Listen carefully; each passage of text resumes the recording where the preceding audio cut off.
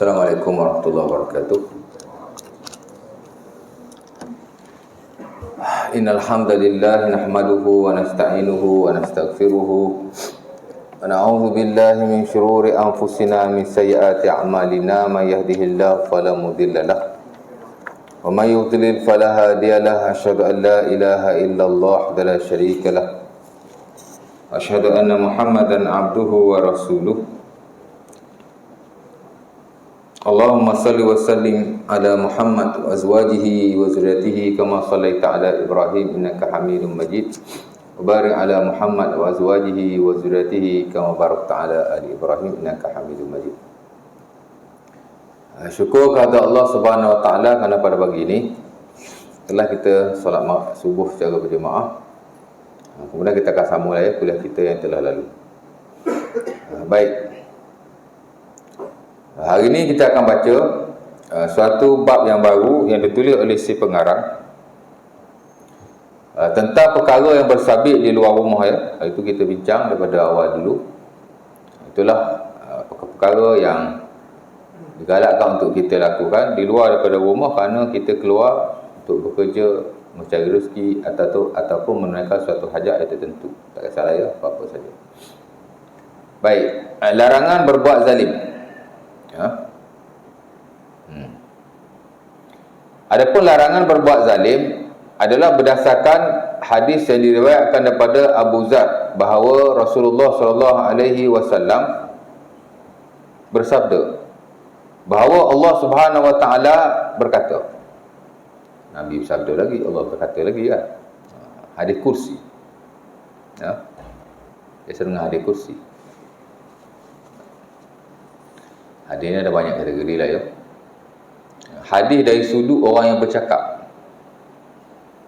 Biasa tuan-tuan dengar hadis sahih, hadis dhaif. Itu hadis dari sudut kesahihan sanad.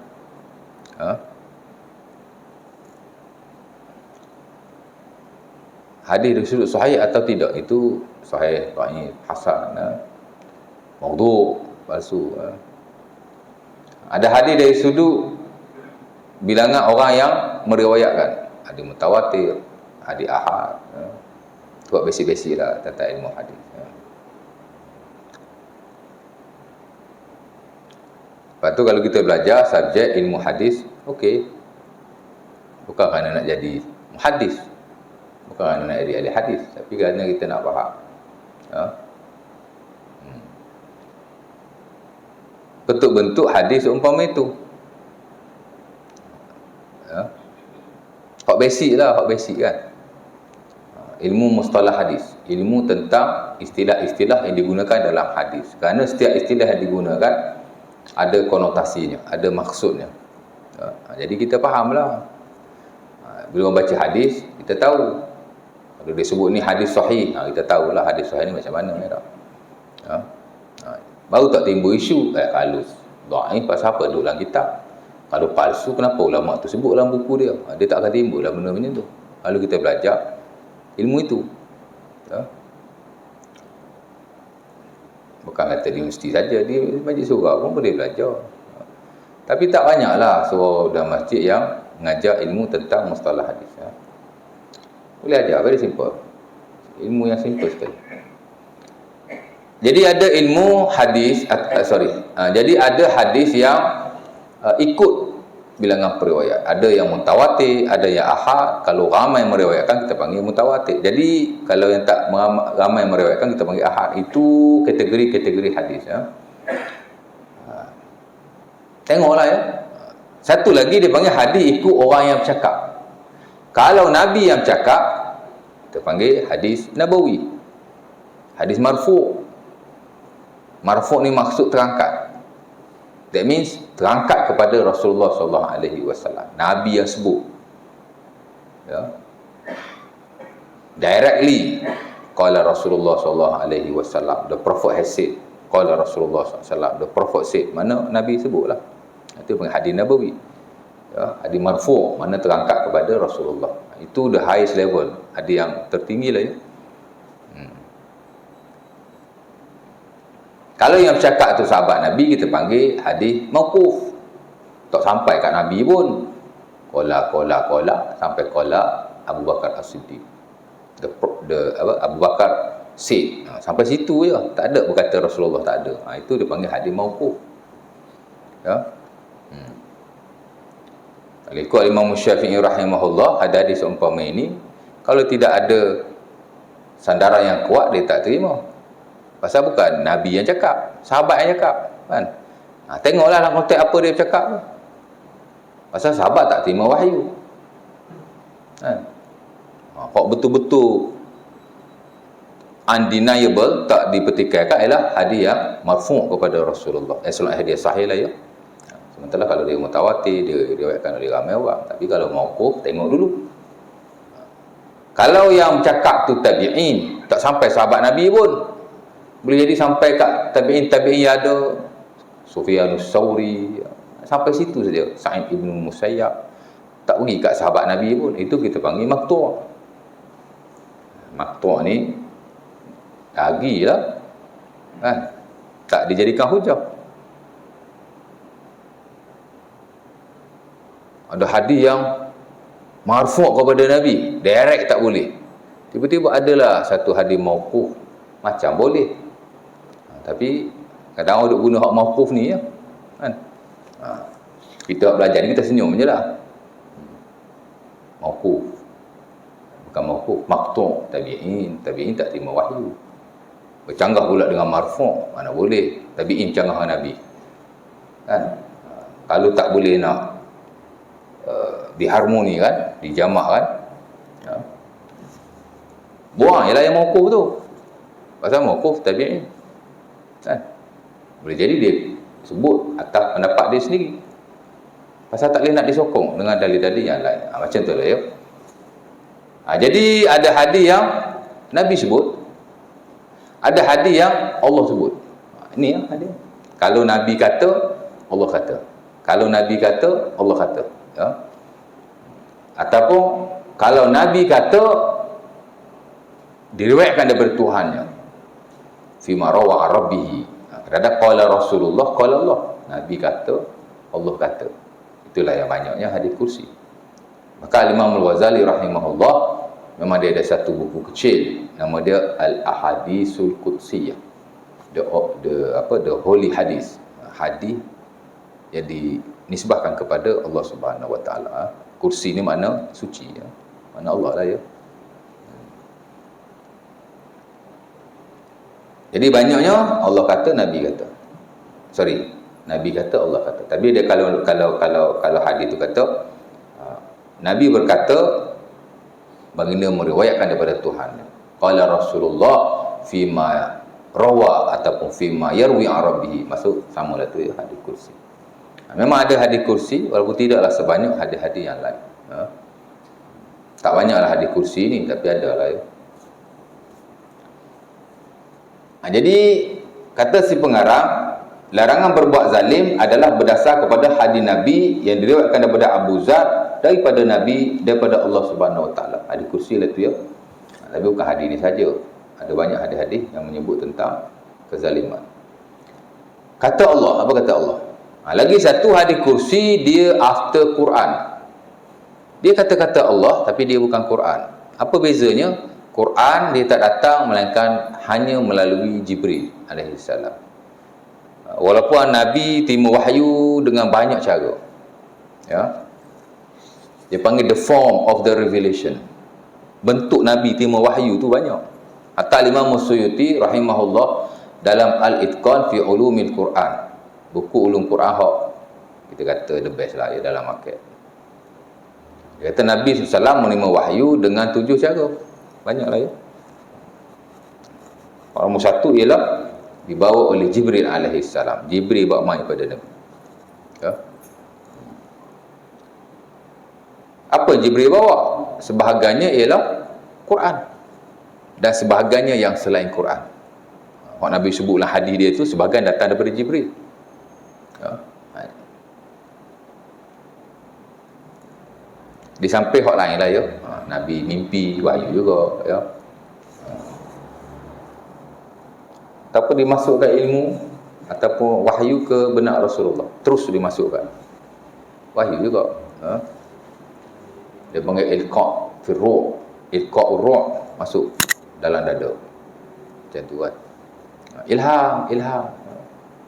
Ilham masuk dalam fikiran Nabi. Nabi macam-macam kan. Kita satu pun tak ada kan.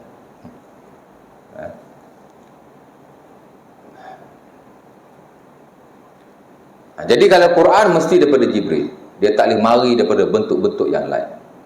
Jadi betapa Allah Subhanahu Wa Taala dia nak jaga akan kalamnya, maka dia tidak diberi kepada Nabi, melainkan hanya melalui Jibril. Jibril saja boleh bawa main Quran. Dan dikatakan Nabi-Nabi terdahulu pun kitab-kitab mereka yang diwahyukan kepada para anbiya, Jibril yang bawa main ya. Allah Ta'ala alam. Itu pun tak ada maklumat yang cukup, tapi itulah. Tapi kalau Quran memang Jibril bawa main lah. Dia tak ada Nabi ilham, Quran mari ikut situ, tak ada. Ataupun Nabi tidur mimpi dapatlah Quran ayat sekian-sekian, tak ada. Dia mesti exactly daripada Jibril. Itu yang membezakan hadis kursi dengan Quran. Quran kalam Allah juga, hadis kursi kalam Allah juga. Tapi Quran dia mesti melalui Jibril, hadis kursi tidak semestinya. Tidak semestinya, ya. Bahkan ada hadis kursi yang Nabi dapat masa tidur.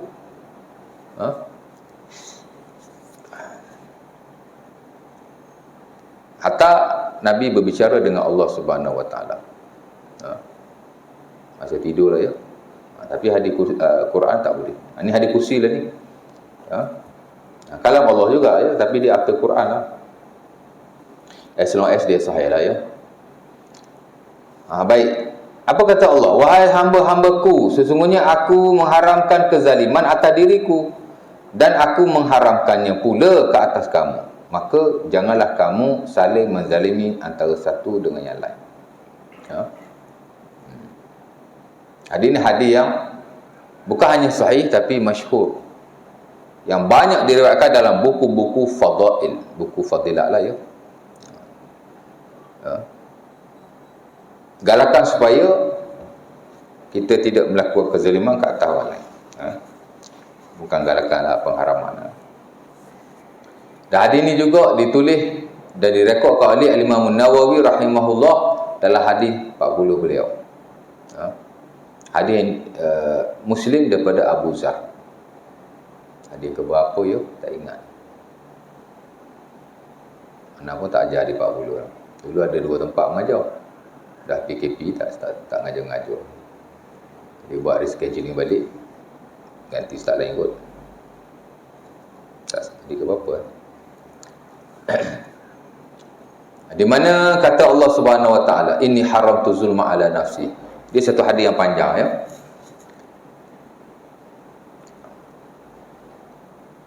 Wa ja'altuhu bainakum muharrama fala tazalamu. Banyak hadis-hadis Nabi SAW tentang kezaliman. Bahkan banyak ayat Quran. Dalam Quran Allah Ta'ala sebut tentang zalim, memperingatkan kepada kita supaya tidak zalim menzalimi antara satu dengan yang lain. Tak lebih, tak kurang daripada 289 kali. 289 times. Kadang-kadang Allah Ta'ala sandarkan zalim kepada dirinya. Allahu la yazlimu wa antum tazlimun. Allah Ta'ala tidak zalim, tapi hak zalim kamu. Ya. Dalam muamalah Allah Ta'ala sebut zalim bila Allah Ta'ala sebut tentang riba. Fa in tubtum falakum ru'usu amwalikum la tazlimuna wa la tuzlamun. Itu matlamat pengharaman riba, supaya tidak berlaku kezaliman antara satu dengan yang lain. Kalau kamu bertaubat, okey, ambillah pokok hartamu. Tapi yang riba tu kamu mesti kembalikan. Kamu tidak menzalimi dan kamu tidak dizalimi. Sebab tu diharamkan riba. Jadi ada banyak, 289 kali Allah Ta'ala sebut tentang zalim. Yang sebahagian besarnya merujuk kepada zalim kita sesama kita lah ya. Walaupun zalim ni ada banyak jenis. Ada 3 jenis sekurang-kurangnya. Ya. Jadi hadis itu Allah Ta'ala kata, ya ibna Adam, ini haramtu zulma ala nafsi fala tazalam. Ini haramtu ala zulmi, ini haramtu ala ya ibna Adam. Ini haramtu zulma ala nafsi wa ja'altuhu bainakum muharrama fala tazalam. Wahai anak Adam, Aku telah mengharamkan kezaliman ke atas diriku. Ya. Allah Ta'ala kata, aku dah haramkan kezaliman ke atas diriku. Sebab tu dalam ayat Quran banyak Allah Ta'ala kata dia tidak zalim, dia tidak zalim, dia tidak zalim. Kan? Mana boleh Allah Ta'ala menzalimi, sedangkan nama Allah Ta'ala itu Rahim, Rahman, daripada sifat rahmat. Ya. Dan Nabi SAW pun sebut dalam hadis Muslim pada Abi Hurairah, lamma khalaqallahu al-khalqa katabah kitaban wa huwa ma'ahu ala arsyihi inna rahmati taghlubu ghadabi. Ya. Setelah Allah Subhanahu wa taala menciptakan makhluk ini, langit, bumi, manusia, semualah ya, maka Allah Taala tulis satu tulisan. Dan tulisan itu berada bersama-samanya di atas arasy. Oh, kata Allah bertempat ni. Tak tahulah bertempat tak bertempat, tapi itu teksnya, saya hanya terjemahkan saja. Ya. Apa tulisan itu yang berada bersama-sama dengannya? Inna rahmati taghlubu ghadabi. Sesungguhnya rahmatku mengalahkan kemarahanku. Allah Ta'ala tulis tulisan itu. Dan Nabi kata berada bersama-samanya setiap masa. Ya. Betapa Allah Ta'ala merahmati, of course lah Allah Ta'ala tidak menzalimi. Sebab tu kalau zalim, Allah Ta'ala marah sangat. Ya. Sehingga Allah Subhanahu wa Ta'ala kata dalam hadis yang lain, bukan Allah lah ya, Nabi. Nabi kata zalim ni ada 3. Ya, dalam hadis yang diriwayatkan oleh Al-Imam At-Tayarisi rahimahullah dalam musnadnya, Al-Imam Abu Nu'aim, hadis tu agak masyhur juga lah ya. Sehingga Al-Imam Ibn Qayyim rahimahullah membahagikan zalim kepada 3 based on that hadis, ya, berasal pada hadis itu. Ya. Tapi hadis itu ada ulama kata sahih, ada ulama kata tak sahih. Ya.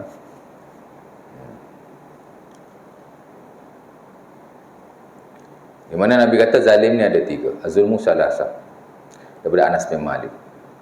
Zulmun la yaghfiruhu. Wa zulmun yaghfiruhu. Wa zulmun la yatrukuhu. Nabi kata zalim ni ada 3. Pertama, zalim yang Allah Ta'ala tidak ampunkan. Apa dia? Asyirku billah. Syirik pada Allah. Ya.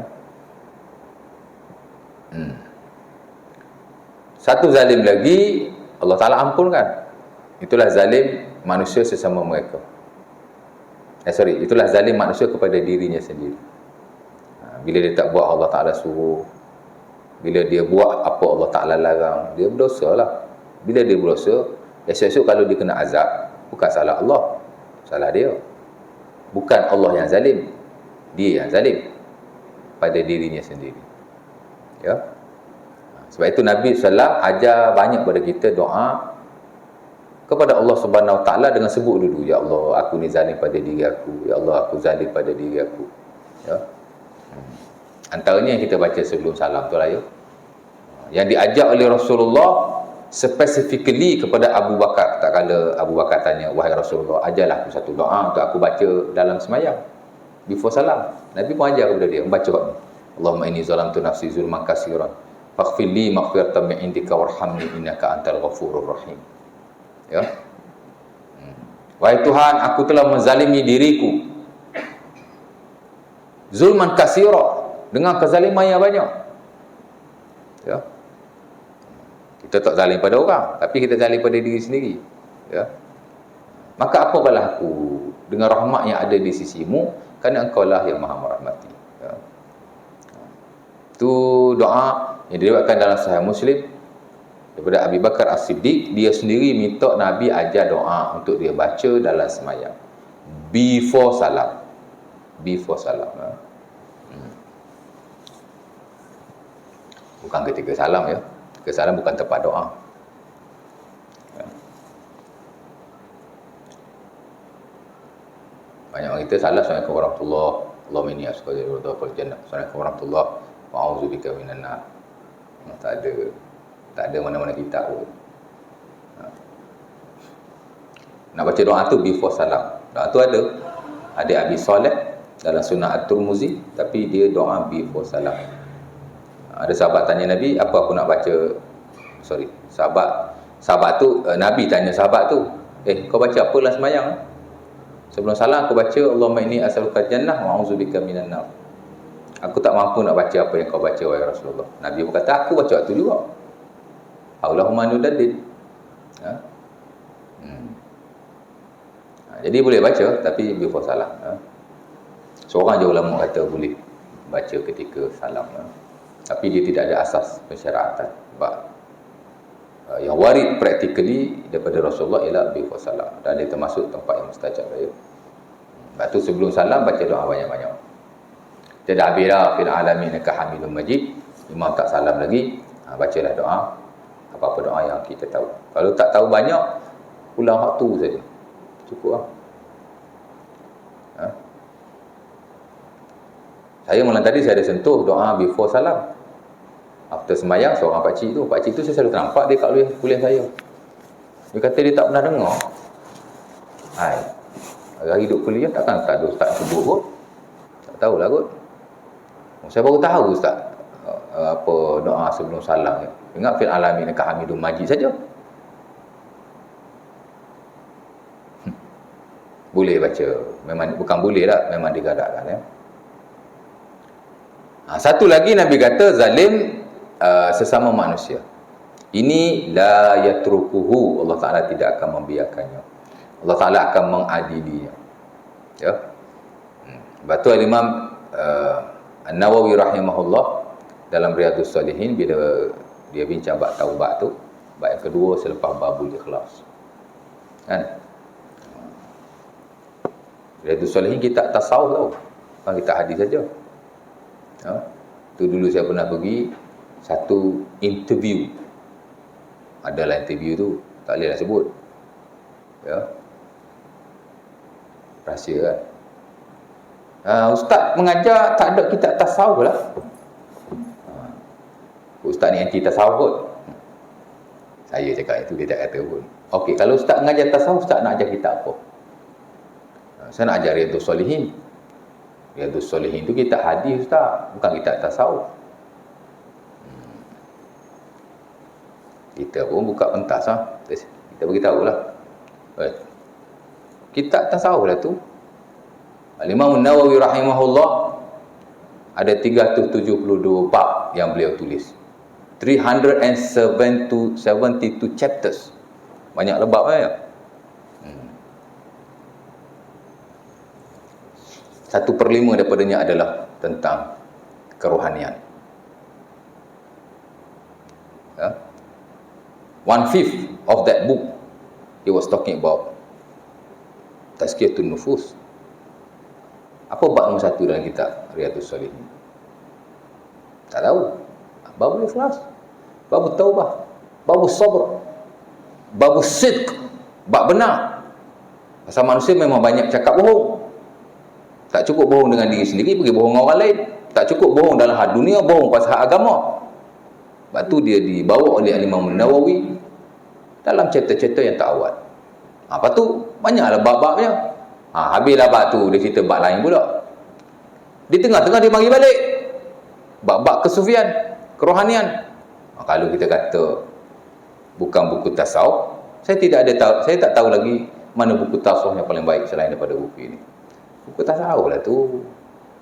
Kalau nak cakap tentang tasawuf, tarekat, hakikat, makrifat 24 jam tanpa merujuk kepada apa-apa nas, itu bukan tasawuf saya kata. Kan? Itu daripada falsafah. Atau orang lain dapat 2 bulan tauliah, kita 10 bulan berdapat pada muka. Dapat jugalah ya. Tapi bukan negeri ni, negeri lain. Saya bukan ada tauliah Selangor saja, saya ada juga tauliah negeri lain.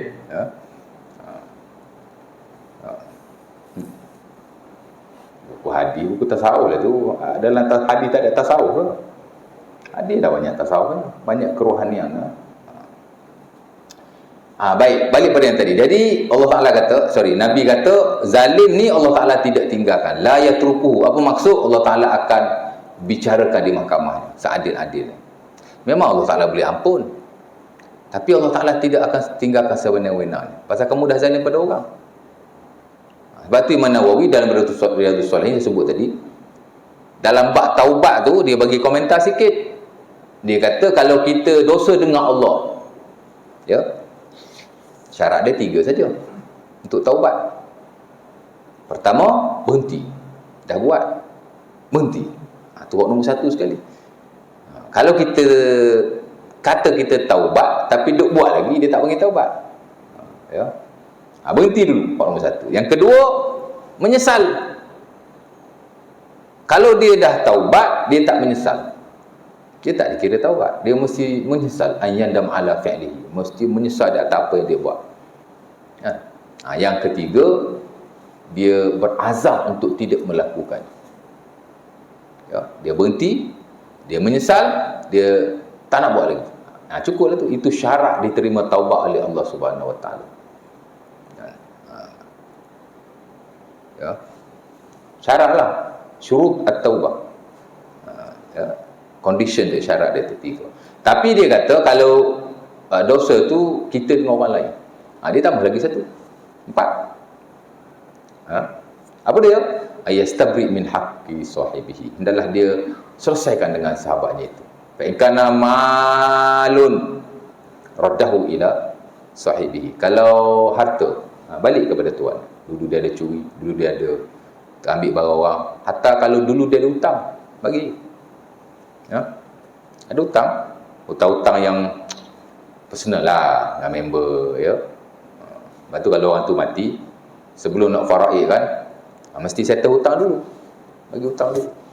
Tapi kalau hutang dengan bank tak apa, dia dah cover insurans, kita mati je automatically takaful masuk. Tapi kalau hutang-hutang peribadi ni kan, sebab tu kalau kita belajar bab wasiat, tuan-tuan, dalam muamalah ni wasiat duduk paling ujung sekali. Ya. Pasal dia tabarruk, akad tabarruk, akad yang apa? Yang terima. Akad ni ada 2 kan. Satu akad yang komersial, melibatkan pertukaran barangan, satu lagi akad tabarruk. Tabarruk ni satu pihak saja. Kita bagi saja, tapi kita tak dapat. Wakaf, kita bagi saja, kita tak dapat apa, pahala je lah. Wasiat pun sama, kita bagi saja, kita tak dapat imbal balik, tak dapat apa-apa, pahala saja. Tapi kalau jual beli, kau bagi aku ambil kan? Kalau kita sewa, kau bagi aku ambil juga. Itu beza ya, 2 tu. Kita belajar buat wasiat. Hukum wasiat ni sunnah. 1 wasiat je wajib. Apa dia? Wasiat hutang yang tidak ada dokumentasi, itu wajib. Kita ada hutang dengan member kita, kita tak tulis. Isteri kita pun tak tahu, itu wajib diwasiatkan. Kalau tak wasiat, berdosa. Pasal apa berdosa? Sebab bila kita mati, confirm lah hutang tu takkan diselesaikan, pasal orang tak tahu. Itu wajib. Lain pada tu, sunat berlaku. Betapa Islam ni dia ambil berat lah bab tu. Ya.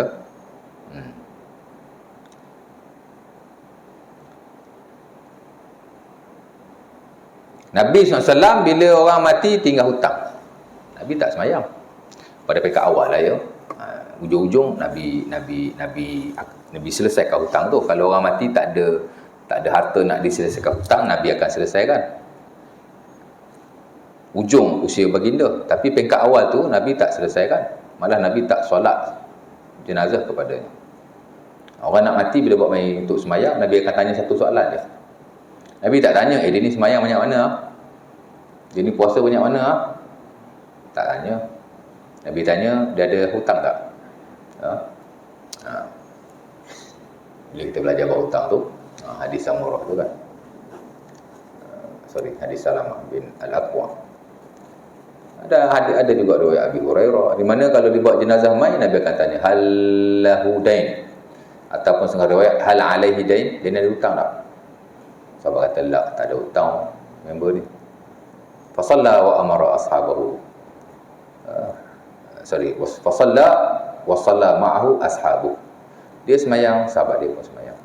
Tapi kalau ditanya hal alaihi min dain, dia ni ada hutang tak? Naam, ada. Nabi katanya hal taraka mimman, dia ni ada tinggal harta tak? Sahabat kata na'am, dia akan sembahyang. Tapi kalau sahabat kata la, tak ada harta, hutang ada, harta tak ada, nak diselesaikan, Nabi akan kata sallu ala sahibikum, sembahyanglah ke atas sahabatmu ini. Nabi tak akan sembahyang kepada orang yang mati meninggalkan hutang dalam keadaan dia tidak ada meninggalkan harta untuk diselesaikan. Nabi kata sembahyang. Orang zina Nabi sembahyang, tapi orang hutang Nabi tak sembahyang.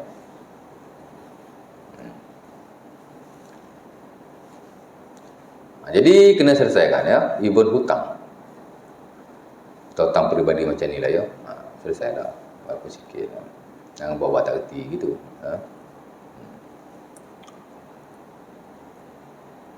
Dan begitu jugalah kezaliman-kezaliman yang lain. Sehingga Nabi sebut dalam Sahih Al-Bukhari daripada Jabir radhiyallahu taala anhu, betapa Allah Taala nak menunjukkan keadilannya. Haiwan yang menzalimi sesama haiwan. Hak kawan dia ada tanduk, hak ni tak ada tanduk, dia ceduk kawan dia. Allah Ta'ala akan bawa juga haiwan itu ke hadapan manusia untuk ditunjukkan.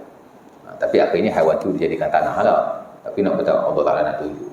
Dulu kau zalim kat manusia lain kat dunia ya. Ni haiwan pun aku tunjuk kamu. Allah Ta'ala tunjuk. Lepas tu Allah Ta'ala jadikan dia tanah. Jadi zalim-zalim seumpama itu Allah Ta'ala tak akan lepaskan. Walaupun boleh diampunkan, tapi pasal Allah Ta'ala ni Al-Adil, Maha Adil ya. Jadi Allah Ta'ala mesti adil lah. Baik. Jadi Allah Ta'ala kata, aku mengharamkan kezaliman ke atas diriku. Allah Ta'ala tidak zalim sama sekali, dan aku mengharamkannya pula ke atas kamu. Maka jangan kamu zalim menzalimi antara satu dengan yang lain ya. Dan diriwayatkan juga daripada Ibnu Umar bahawa Nabi SAW bersabda, ittaqu zulma fa inna zulma zulumatun yaumal qiyamah.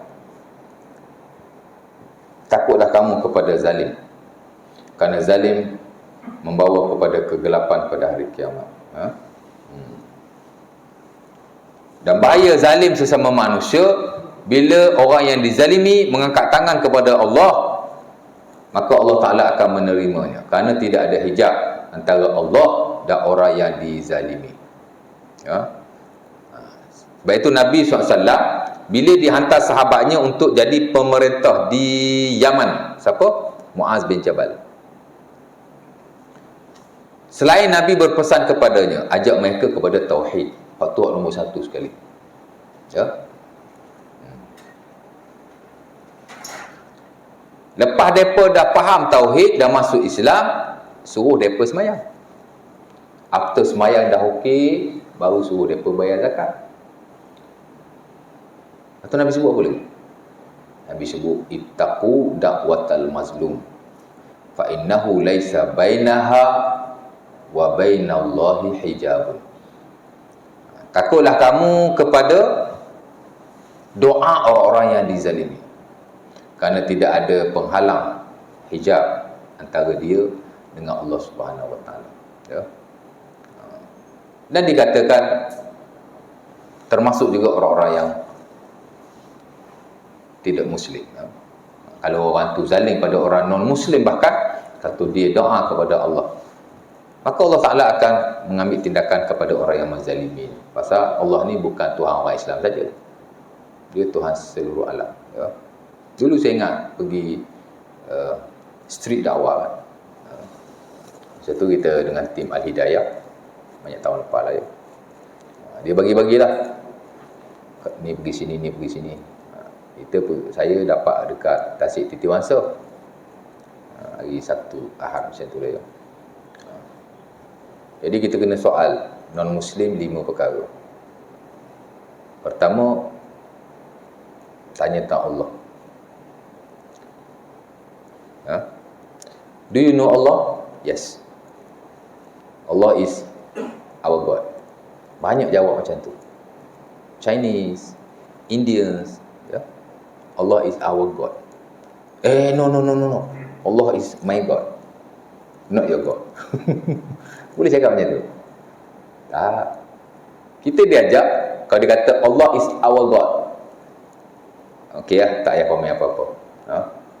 Ataupun kita boleh kata yes, you are right, Allah is our God, my God and your God. Tapi kalau dia kata, oh Allah is your God, ataupun Allah is Muslim God, oh, kenapa betul kan lalu? Sorry sir, it's not correct. Allah is my God and your God. Allah is our God. Allah ni Tuhan sekalian makhluk. Ya. Dan dalam setengah-setengah keadaan Allah Ta'ala tidak dengar doa orang Islam saja, tapi Allah Ta'ala juga boleh menerima doa-doa dipanjatkan oleh orang-orang yang non-Muslim dalam konteks zalim ni lah ya. Sebab tu kita tidak dilarang untuk doa kebaikan kepada non-Muslim. Boleh. Yang Allah Ta'ala larang, tak boleh doa minta ampun, tu je. Itu dilarang dalam Quran, itu dilarang dalam hadis-hadis Nabi SAW. Tapi doa-doa kebaikan tak salah sama sekali. Atas sahabat-sahabat Nabi, dia doa jiran-jiran mereka yang non-Muslim, hatta Yahudi bahkan. Mudah-mudahan Allah Ta'ala memanjangkan umur kamu. Mudah-mudahan Allah Ta'ala meramaikan anak kamu. Mudah-mudahan Allah Ta'ala meluaskan rezeki kamu. It's not wrong at all. Boleh doa. Pasal Islam ni agama sosial. Hatta kalau Ibnu Abbas, kalau orang non-Muslim bagi salam sekalipun, Assalamualaikum. Hey, tak boleh. That is a Muslim's greeting. You cannot greet like that. No. Assalamualaikum. Waalaikumsalam warahmatullahi wabarakatuh. Ya. Walaupun sebagian kata tidak boleh, tapi sebagian mengharuskan. Ya. Karena Allah Subhanahu wa taala sebut dalam Quran, fa idza huyyitu bi tahiyyatin fa hayyu bi ahsana minha aw rudduha. Kalau orang bagi greeting, kamu jawab balik greeting itu dengan cara yang lebih baik. Dan tidak ada pengkhususan kepada muslim, kepada non-muslim, sama saja ya. Walaupun ada khilaf-khilaf isu ini, tapi nak cerita sedemikian. Jadi jangan zalim lah ya. Malam tadi saya pun cerita bab zalim juga, kebetulan. Tapi zalim bab syirik. Baca bab lain. Tapi dah baca hadis pasal zalim. Sentuh pasal zalim sikit. Tapi saya fokus pada syirik lah ya. Zalim kepada Allah. Boleh tu? Berapa minit dah? Ingat dah sejam. Baru 35 minit. Sah? Tuan-tuan rasa dah lama ya? Ada soalan tak? Cukup tu. 35 minit pun cukup. Berapa lama ya dah? Ada soalan? Ada yang tanya? Tak ada?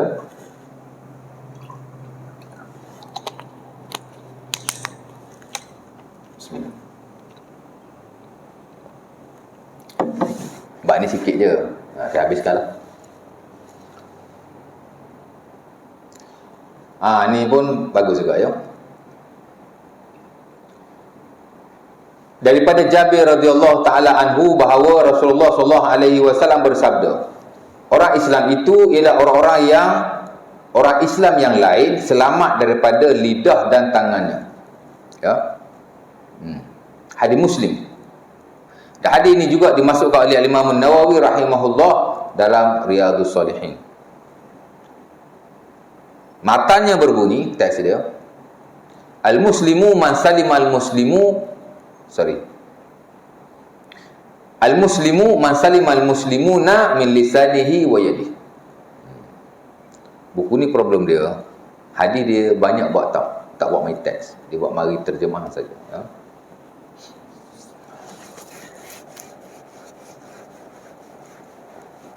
Maksudnya orang Islam itu ialah orang Islam lain bebas daripada keburukan lidah dan juga tangan.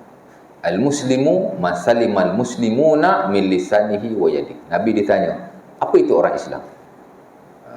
Manil Muslim? Orang Islam ni macam mana? Jadi Nabi jawab, orang Islam ni ialah orang lain bebas daripada kejahatan lidahnya dan juga tangan. Ya.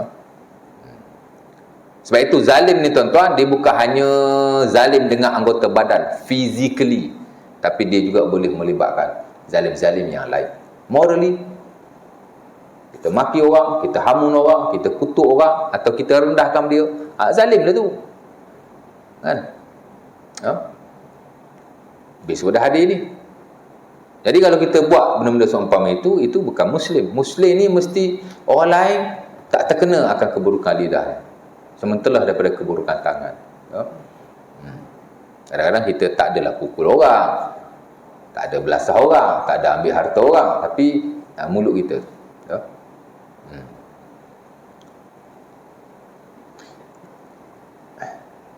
Sebab itu dah hadis yang lain. Betul macam mana hadis tu? Sibabul muslim fusuk wa qitaluhu kufr. Hadis Bukhari pada Ibnu Mas'ud. Nabi kata menghina seseorang muslim adalah fusuk. Fusuk ni dosa yang besar. Fasik lah, fasik. Dan membunuhnya adalah kekufuran.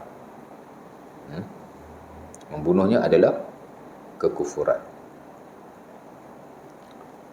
Sebab itu ada pendapat yang dinisbahkan kepada Ibnu Abbas, orang yang membunuh orang Islam yang lain tidak diampunkan oleh Allah, dia kekal dalam neraka. Adalah pendapat itu disandarkan kepada beliau. Dan ini disebut oleh Al-Imam Al-Qurtubi rahimahullah dan juga Al-Imam Ibn Katsir bila mereka mentafsirkan ayat Quran surah Al-Furqan ayat 68, 69, 70 pasal pembunuhan. Kita belajar fiqh jinayah kan. Hadis tu hadis induknya. Ayat tu ayat induknya surah Furqan. Betapa besarnya kehormatan seseorang muslim. Kemudian pula riwayat daripada Hisham bin Hakim bin Hizam, dia berkata, aku melewati beberapa orang dari kalangan petani di Syam yang dijemur terik matahari dan kepala mereka dituangi minyak. Lalu aku katakan, kenapa ini? Dijawab, mereka ni diseksa kerana masalah cukai. Oh, cukai. Lalu aku katakan, sesungguhnya aku pernah mendengar Nabi bersabda, sesungguhnya Allah akan menyeksa orang-orang yang menyeksa orang lain di dunia. Tak pasti tak yang mana. Pada riwayat lain disebutkan bahawa Hisham berkata, aku bersaksi bahawa aku benar-benar mendengar Rasulullah SAW bersabda, sesungguhnya Allah akan menyeksa orang-orang yang menyeksa orang lain di dunia. Kata Hisham lagi, pemimpin mereka pada waktu itu adalah Umair bin Sa'ad. Kemudian aku menemuinya dan berbincang ini kepadanya. Dia pun memerintahkan dan membebaskan mereka. Oh, hadis Muslim katanya. Saya tak tahu teks yang mana, panjang juga katanya ni. Tapi kalau sebut tentang percukaian dan orang yang diseksa kerana cukai, itu ada disebut dalam sejarah-sejarah Islam. Ya. Hatta Imam Al-Ghazali rahimahullah dalam bukunya Ihya Ulumuddin, dia ada sebut tentang kezaliman orang-orang terdahulu, kerajaan-kerajaan dululah ya. Tak kala bila orang nak pergi haji, dia tahan orang di tengah jalan dan dia petik cukai. Nak lalu kena bayar cukai. Ya. Dan bila kita bincang bab percukaian, memang adalah perkara itu disebutkan. Ya. Dulu orang kutip cukai ikut dan saja. Sebab itu kata Imam Al-Ghazali rahimahullah, membayar cukai kepada mereka haram kerana membantu kezaliman. Tapi cukai lah konteks dululah, kan? Bukan cukai lah konteks sekarang. Kerana cukai dia ada dua, satu haram. Itu Nabi kata, la yadkhulul jannah sahibu muksin, tak masuk syurga orang yang ambil cukai. Hadis tu orang guna tu cukai haram. Dulu zaman GST banyak dia pakai hadis tu kan. Konteksnya tak sama, ya. Boleh ambil cukai as long as untuk kemaslahatan rakyat. Ya. Dan tidak ada unsur-unsur kezaliman. Ya. Dia tidak haram secara mutlak dan dia juga tidak harus secara mutlak. Bergantung kepada pemimpin itu sendiri dan tata cara dia. Habislah bab tu ya. Jadi habislah 40 minit cukup tu. Ada tanya apa lagi? Tak ada ya? Kalau tak ada, kita berhenti setakat ini dulu. Mudah-mudahan sikit sebanyak pesan kita dapat ambil manfaatnya dan mudah-mudahan kita dirahmati oleh Allah Subhanahu Wa Taala. Kita tangguhlah majlis kita dengan tasbih kafarah dan surah Al-Asr. Bismillah.